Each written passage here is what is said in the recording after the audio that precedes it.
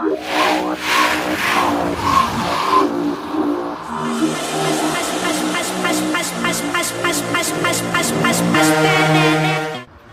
alaykum hammaga do'stlar. Biz eksperiment o'tkazishni niyat qildik. C16 2025 model, BYD Champion 2025 model. Ko'pchilikda xabari bor, bu ikkita avtomobil bir-biriga konkurent hisoblanadi. Ko'pchilik mijozlarim so'rab qolishadi, C16 olaymi aka yoki Champion olaymi? Hozir biz shuni qisqa obzorimizda ko'rsatib o'tamiz. Tezlikda qaysi biri bir-birini yutadi? Izohlarda o'z fikringizni qoldiring, qaysi biri tezlikda yuta oladi? Bosamiz.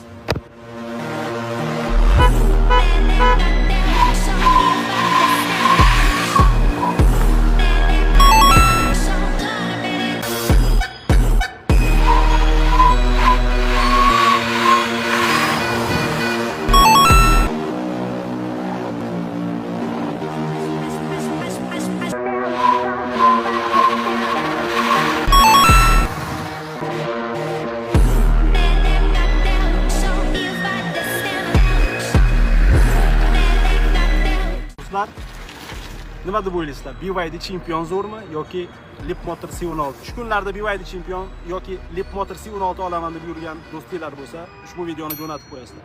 Do'stlar, bosamiz.